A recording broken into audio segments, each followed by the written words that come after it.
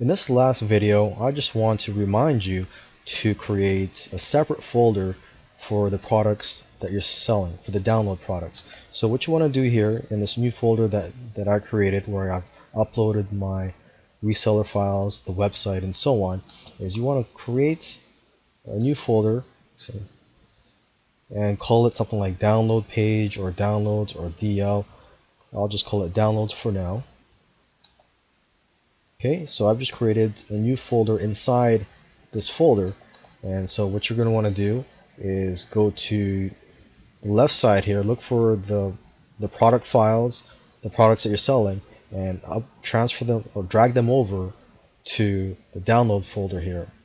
And once you have them in this folder, you could just insert the links, the URL links, into the download page, and then upload your download page to this website folder.